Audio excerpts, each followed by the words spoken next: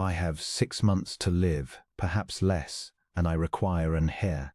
That is the whole of what I have to offer you, Miss Ellery, and I will not insult you by dressing it as anything finer. The Duke of Wintersea said it standing before the great cold hearth of his library, with the winter pressing white against the tall windows behind him, and he watched the young woman in the worn travelling cloak receive the words without so much as a flinch. He had expected tears or a swoon, or the bright mercenary calculation he had seen in the eyes of every other lady to whom his man of business had made discreet inquiries. He had got refusals from 3 of them and a fainting fit from the 4th. He had not expected this steady, level regard, as though he had remarked upon the weather and she were deciding whether to agree. "You are very direct," said Marguerite Ellery. "I have not the leisure to be otherwise. The physicians give me until the summer. There is no son, no brother, no cousin nearer than a man I detest, and when I am gone everything that I have spent my life holding together, the estate, the tenants, the hospital my mother founded in the village, passes to him, and he will sell it all within the year. I have watched it happen to other houses. I will not watch it happen to mine." He turned from the window to face her fully. "I am told your family is impoverished. I am told there are younger sisters. I am offering you the rank of Duchess, the security of a great fortune settled wholly upon you and any child of this marriage, and the freedom when I am dead, which will not be long to live exactly as you please for the remainder of your life. You will be the richest widow in the county before you are 25. I ask only one thing in return." "An heir," said Marguerite. "An heir." She was silent for a moment. She had not sat down. He had not, in his coldness, thought to offer her a chair, and now he saw that she had stood through the whole of his proposition with her chin level and her gloved hands folded, a small shabby figure in a room built to humble emperors, and that she had not been humbled in the least. The firelight he had at last had the fire lit. Against the cold, when he heard her carriage on the drive, caught the line of her jaw, and the steadiness of her grey eyes, and the Duke of Wintersea, who had ceased some months ago to notice anything about the living world, found that he was noticing her. "You have made me a very plain offer, your grace," she said. "I will give you a very plain answer in return. But first I will give you my terms, for you spoke as though all the terms were yours, and they are not." He raised an eyebrow. No one set him terms. He had been a duke since the age of 9 and dying since the autumn, and between the 2 conditions he had grown accustomed to a world that did precisely as he wished, and then mourned him for it. "Your terms," he repeated. "If I am to be your wife," said Marguerite Ellery, "then I will be your wife, sir, and not a brood mare you have bought to save your acres. I will not be installed in a distant wing and visited like a duty. I will dine with you. I will sit with you. I will be told the truth of your affairs and consulted upon them, for if I am to be the mother of the man who holds this estate, then I had better understand it. And if you are dying," here her voice did not soften exactly, but it steadied the way a hand steadies on a rail, "then you will not do it alone in this cold room with the curtains drawn, pretending it does not frighten you. You will let me sit with you. That is my price. Rank and fortune I will take, since you press them on me and my sisters have need of them. But I will not take a marriage that is a transaction and nothing more. I have seen too many of those. They are a kind of slow death in themselves, and you, sir, have not the time to spare for 2 of them." The Duke of Wintersea stared at her. In all the bleak machinery of the past months, the physicians with their long faces, the lawyers with their deeds, the careful arithmetic of his own extinction, no one had spoken to him as though he were a man who might be frightened. They had spoken to him as a title, an estate, a problem to be settled before it spoiled. He had encouraged it. It had been easier to be a problem than a man. And now this impoverished girl in a 3-year-old cloak had looked through all of it in the space of a quarter hour, and named the one thing he had told no one, the cold animal fear that woke him at 3 in the morning and sat on his chest until dawn, and she had offered, as a condition of marriage, not to leave him alone with it. "You drive a hard bargain, Miss Ellery," he said at last, and his voice was not quite steady. "No," she said, "I drive an honest one. They are often mistaken for the same thing." They were married in the village church 3 weeks later, in the dead of January, with snow on the gravestones, and the Duke's tenants crowded into the pews to see the dying lord take a bride. He stood at the altar gaunt and grey-faced, and when the parson asked the question, he answered it in a clear, cold voice that carried to the back of the church. And when he took her hand to set the ring upon it, his mother's ring, a plain band of old gold, he had not thought to give to anyone. He felt her fingers steady beneath his own, and was ashamed of how much he wanted them there. They rode back to the great house through the falling snow in the closed carriage, and he watched her looking out at the white fields with a stillness that was not fear and not sorrow, but something he could not name. And when he asked her, awkwardly, whether she had any regret of what she had done, she turned from the window and considered him in the failing light. "I have left a cold house full of people I love and could not feed," she said, "for a cold house full of a man I do not yet know. I cannot call that regret. I have only traded one winter for another, and this one, at least, has a library." The corner of her mouth moved. "I am told you have 4,000 books." 4,000 and some," said the Duke. "I have read perhaps half. I had thought of late that I should not finish the rest. I had been making a list of the ones I most regretted leaving unread." He had not meant to say it. He never said such things aloud. But the snow and the small swaying dark of the carriage and the steadiness of her had loosened something in him, and he found he could not stop. "It is a foolish way to spend one's last winter, Miss Ellery, grieving over unread books." "It is not foolish at all," she said quietly, "and you must call me Marguerite now, I think. We are married, and you have given me your mother's ring, and I do not believe she would have liked to hear you so formal with your own wife." She looked down at the old gold band on her hand, and then up at him, and there was no calculation anywhere in her face, only that level, steady kindness that had undone him in the library. "Give me your list. We shall read them together, the regretted ones, by the fire. If you are to be dying, sir, you may at least die having finished your books, and with someone to argue with you about them. I have very decided opinions on a great many authors, and I warn you I shall not spare you because you are unwell."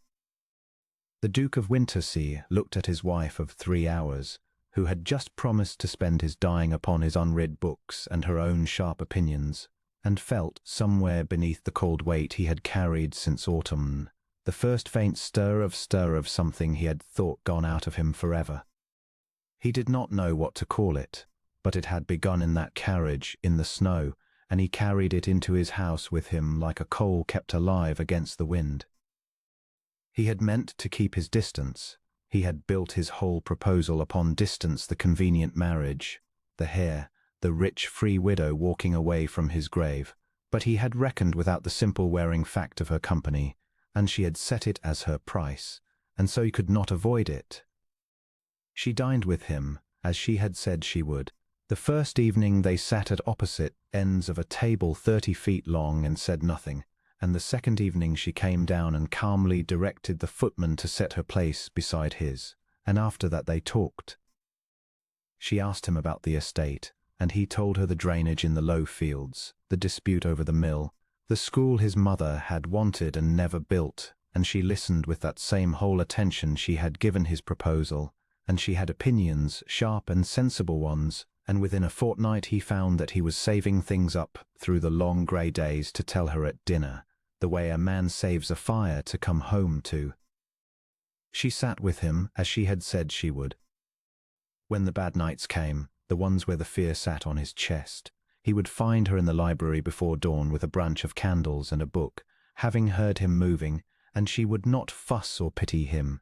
She would simply pour him something warm and read aloud in her low, even voice until the dark grew bearable, and he would sit in his mother's chair by the fire among the old leather books and listen to her, and the 3 o'clock terror would loosen its grip and let him breathe. They read his list, as she had promised. She found it among his papers, a single sheet in his own cramped hand.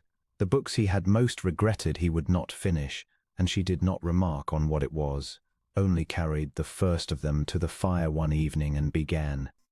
They read the regretted books one by one through the deep of the winter, and she had been right that she would not spare him. She argued with the authors and with him both, fiercely and with relish, and he found himself arguing back, roused out of his grey stillness into something that felt almost like temper, almost like appetite, and he understood dimly that she did it on purpose, that she was provoking him into living the way one provokes a banked fire into flame, and he let her, because it was easier to breathe when she did. He began, too, to talk to her of the estate as though it had a future. He had not done so in months. There had seemed no use in it, when he would not be there to see any harvest brought in. But she asked, and she kept asking, and one grey afternoon she had the steward bring the library and spread them on the great table, and went through the whole of it with the Duke at her side, the rents and the repairs and the long quarrel over the mill, and she had a head for figures that surprised him and a directness that did not, and by the end of it they had settled the mill dispute that had defeated him for 3 years, and she had drawn up plans for his mother's school on the back of an old letter, and the Duke of Wintersea had spent 4 hours forgetting entirely that he was meant to be dying. He noticed it that night, lying awake. He had passed a whole afternoon and not once thought of the end. She would not let him give up anything, not his books, not his school, not his land, not the small daily business of being a man with a tomorrow. She tied him to the living world a thread at a time, and the threads held. The village felt it too. Word went about, as word does, that the dying Duke of Wintersea had taken a bride who went among the tenants in the snow with broth and good sense, who had reopened the question of the school, who sat with her husband by the fire and made him laugh, for he had laughed once, sharp and surprised at something she said, and the footman who heard had carried the marvel down to the kitchens like news of a comet. The house that had waited for a death began, very quietly, to keep itself differently, as a house does when there is a reason to. And a strange thing began to happen, so slowly that he did not mark it at first. He stopped dying. He could not have said when it turned. There was no single morning. But somewhere in the deep of that long winter the Duke of Wintersea, who had ordered his own grave and settled his own affairs and made his peace with the dark, began against all the wisdom of his physicians and all the resolution of his own despairing heart to want to live. He noticed it one morning in February, when he woke and found that his first thought was not of the end, but of the day, of a thing Marguerite had said the night before that he wished to answer, of the spring planting they had argued over, of the simple ordinary wish to see her face across the breakfast table. He lay in the cold grey light and recognized the feeling with a kind of terror worse than any he had known, for it was hope, and hope, in a dying man, is the cruelest thing of all. He sent for the physicians again. They came and prodded, and conferred in the passage, and emerged baffled. The decline had halted. The thing they had been so certain of had not, after all, run its course. They could not account for it. They used words like remission and respite, and they cautioned him against confidence, and they went away, and the Duke of Wintersea stood at the library window in the thin February sun, and found that he was shaking. "They cannot explain it," he said when Marguerite came to him. "They say I may have years, years after all this. After I had," he stopped. "I do not know what to do with years, Marguerite. I had made myself ready to die. I had not made myself ready to live, and I find it is by far the harder thing." She crossed the room to him. The snow was beginning to melt on the sill outside. He could hear it dropping, a small steady music after the silence of the deep winter, and beyond the glass the first hard green spears of the snowdrops had broken the frozen ground beneath the library window, where his mother had planted them long ago. "Then you will learn it," said Marguerite Ellery, the Duchess of Wintersea, "the way you learn anything. Slowly and badly at first, and with someone beside you who will not let you give it up." She looked up at him, and the steadiness in her face had something new beneath it now, something she had been keeping back as carefully as he had kept his fear. I did not marry you for your acres, sir. Whatever I said in this room in January, I marked that the day you took my hand at the altar, and I felt it tremble. I married a man who was so frightened and so alone that he could think of nothing to ask of the world but an heir, and I thought that if I could only make him eat his dinner and sit by his fire and tell the truth at 3 in the morning, he might remember that he was a man and not a problem to be settled.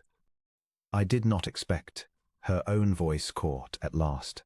I did not expect to love you. It was not in the bargain. But there it is, and you may make of it what you will. The Duke of Wintersea looked down at his wife in the strengthening light of the year's first true spring morning, and he understood that the thing he had sought when he stood cold before this hearth in January, the heir, the safe disposal of his estate, the tidy ending of himself, had been the wrong thing entirely. That he had asked the world for the one mean scrap he believed himself still entitled to, and the world, through this steady grey-eyed woman who set her own terms, had given him instead the whole of itself back again. I had asked for an heir, he said unsteadily, to outlive me. I find I would rather, after all, simply live with you. For as many years as I am given, and I am told now there may be a great many. He took both her hands in his mother's ring bright between them. Stay with me, Marguerite. Not because I am dying I find I have given up dying. It does not suit me, but because I cannot now imagine a single morning worth waking to that does not have your face in it. I married you to get an heir and save my house. I will keep you because you gave me back my life, and I mean to spend the whole of that life proving to you that the bargain was the best I ever struck. She was weeping now, and laughing through it, and she let him draw her in against the worn velvet of his coat, and outside the library window the snow ran in rivulets off the eaves, and the snowdrops opened their white heads to the sun, and the long winter of the Duke of Wintersea was over at last. The years did come, as the physicians had grudgingly allowed. It was more than a 12-month later, on a soft green morning when the windows of the library stood open to the spring for the first time in living memory, that the Duke of Wintersea sat in his mother's chair by the cold and unnecessary hearth with his wife beside him, and a small fierce grip closed tight about one of his fingers, holding fast to the plain old gold of his mother's ring as though it had no intention of ever letting go. He had asked, once in his despair, for an heir to come after he was gone. He had been given, instead, a reason to stay and a small new pair of eyes, grey as his wife's and steady, to watch him stay. "You drove a hard bargain, Duchess," he murmured, his eyes not leaving the tiny hand wrapped round his own. "No," said Marguerite, leaning her head against his shoulder in the spring light, "an honest one. They are so often mistaken for the same thing.